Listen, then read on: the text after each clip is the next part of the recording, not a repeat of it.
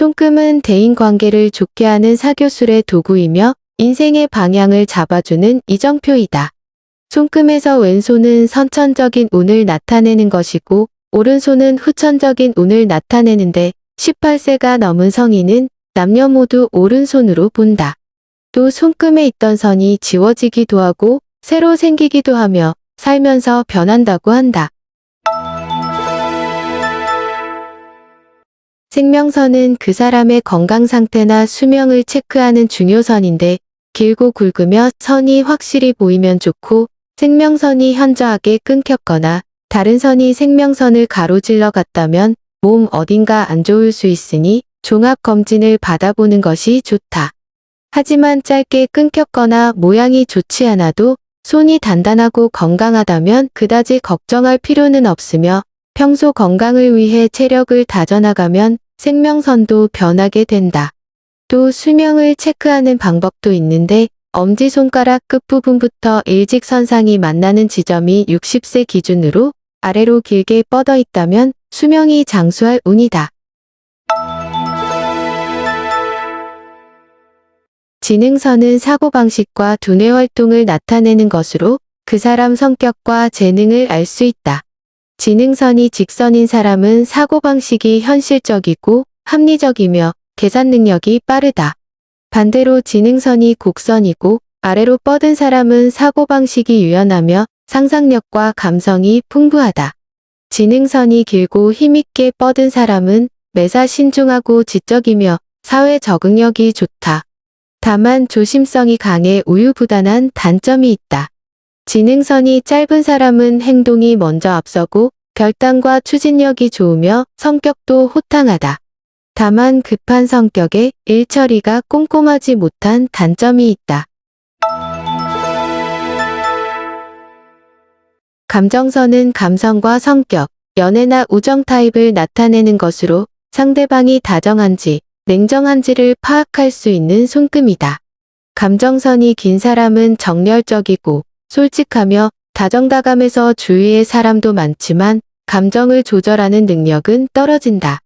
반대로 감정선이 짧은 사람은 차분하고 침착하며 감정 조절 능력이 뛰어나지만 사람을 사귀는데 좋은 인연이 와도 놓치는 경우가 많다. 감정선이 중간중간 끊긴 사람은 정상적인 연애나 결혼 생활에 장애가 있거나 이별수가 있음을 나타내고 약지나 새끼손가락 아래에서 끊어져 있다면 성격 차이나 경제적 이유로 연애 초반 이별을 할 수 있다. 가운데 손가락 아래에서 끊어진 사람은 결혼 중반 이후 질병이나 사고로 이별수가 있음을 나타낸다. 운명선의 위치는 손바닥 아래에서 가운데 손가락으로 향한 선으로 운세의 흐름과 인생의 전환기를 나타낸다. 운명선이 어디서 시작하여 어디서 끝나는지, 굵고 가는지, 끊어져 있지는 않은지를 보고 운명을 판단한다. 또 운명선이 아예 없는 사람도 많은데 이는 아직 확실한 인생의 목표나 이정표가 안 잡힌 상태라 할 수 있으며 운명선이 중간에서 끊어져 있다면 그 시기의 인생의 전환점을 의미한다. 시기를 보는 방법은 운명선과 지능선이 만나는 기점을 30대로 보고 감정선과 만나는 기점을 50대로 보는 것이 적합하다.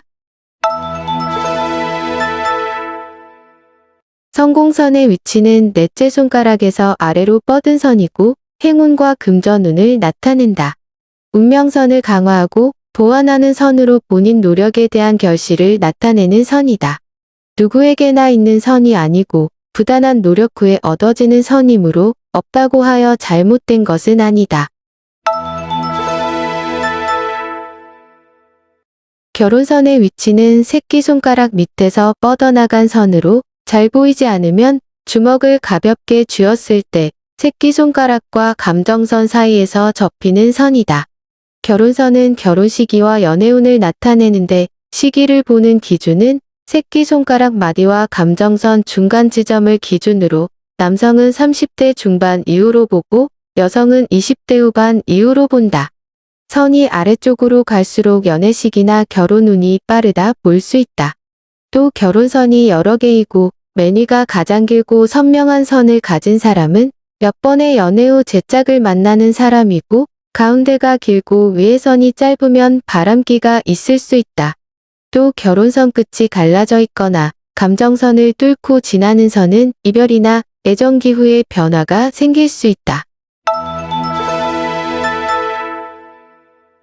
손톱에 나와 있는 하얀 초승달 모양을 월륜이라고 하는데 반달 모양으로 손톱 전체의 5분의 1 크기가 적당하고 5손가락에 전부 있으면 가장 좋다.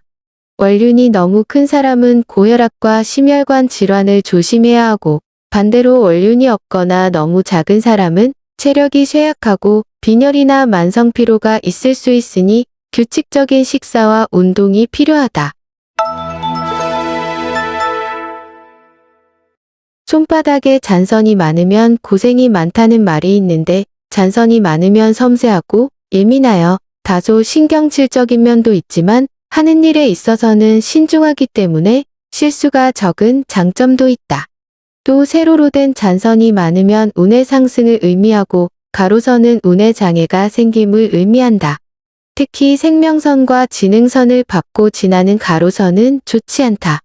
이 밖에도 손금엔 여러 가지 선이 있는데 이 선들 대부분의 역할은 기본선에 후원하고 협력하는 선으로 각각 그 의미가 부여되어 있다.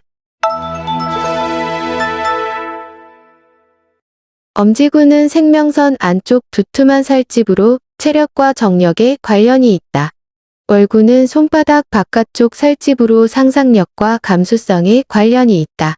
권력구는 검지 아랫부분의 살집으로 명예나 권력 야망을 나타낸다. 직업구는 중지 아랫부분 살집으로 종교나 신앙심을 나타낸다. 성공구는 약지 아랫부분의 살집으로 유명세와 추진력을 나타낸다. 상업구는 새끼손가락 아랫부분의 살집으로 언변과 화술력을 나타낸다. 기질구는 그 사람의 생활력과 성실함을 나타낸다. 손바닥의 기후는 운세의 변화에 따라 갑자기 생기기도 하고 사라지기도 한다. 십자무늬는 사고나 질병, 갈등을 나타내는 경계 신호이다. 그러나 권력구에 나타난 십자무늬는 행운을 상징한다. 별무늬는 행운을 암시한다. 선무늬는 선의 의미가 약해짐을 의미한다. 우물정자무늬는 위기나 재앙에서 벗어남을 의미한다. 격자무늬는 주로 손 언덕에 많이 나타나는데 언덕구 운의 방해에 작용을 한다. 창무늬는 행운이 온다는 암시고 산발이 무늬는 행운을 뜻하고 반점은 질병이나 부상 같은 건강 적신호를 나타낸다. 이와 같이 손금의 원리를 통해 자신의 운명을 성찰하고 인생도구로 잘 활용한다면 저마다 운세는 분명 좋아질 것이라 생각한다.